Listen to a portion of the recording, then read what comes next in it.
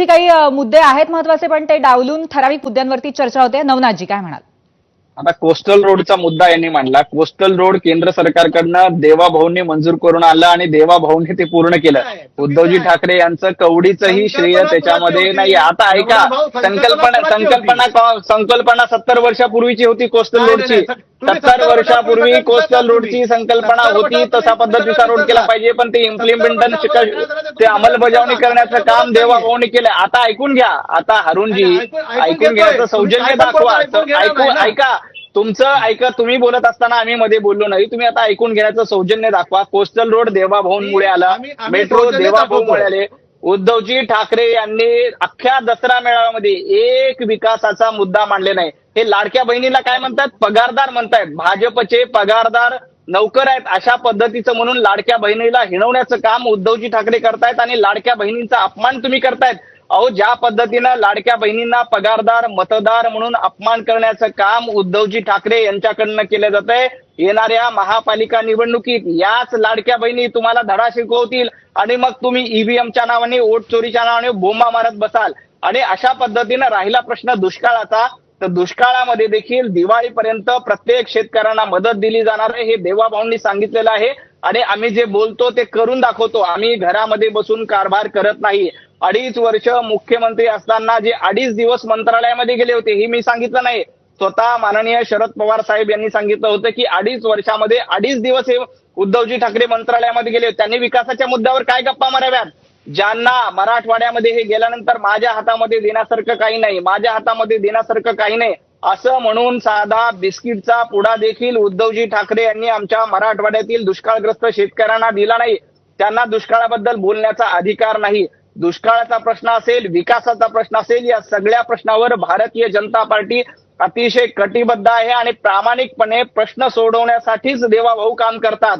आणि अशा पद्धतीचे प्रश्न सातत्यानं भाजपनं सोडवले. विकासाचा मुद्दा घेतला तर मुंबईमध्ये मेट्रोचे सगळे प्रकल्प देवाभाऊंमुळे पूर्ण झालेले आहेत. त्याला केंद्र सरकारची मदत मिळाली.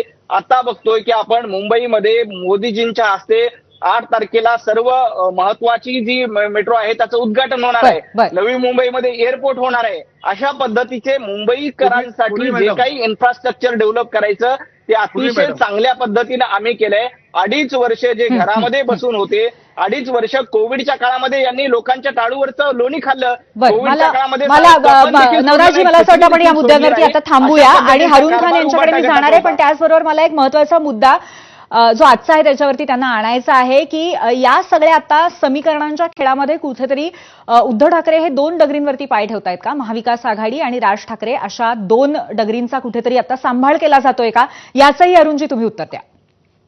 पहिला अर्धा मिनिट मला द्या. ते यांनी जे नवनाथांनी सांगितलं की दसरा मेळाव्यामध्ये उद्धव साहेबांनी लाडक्या बहिणींना पगारदार नोकर सांगितलं.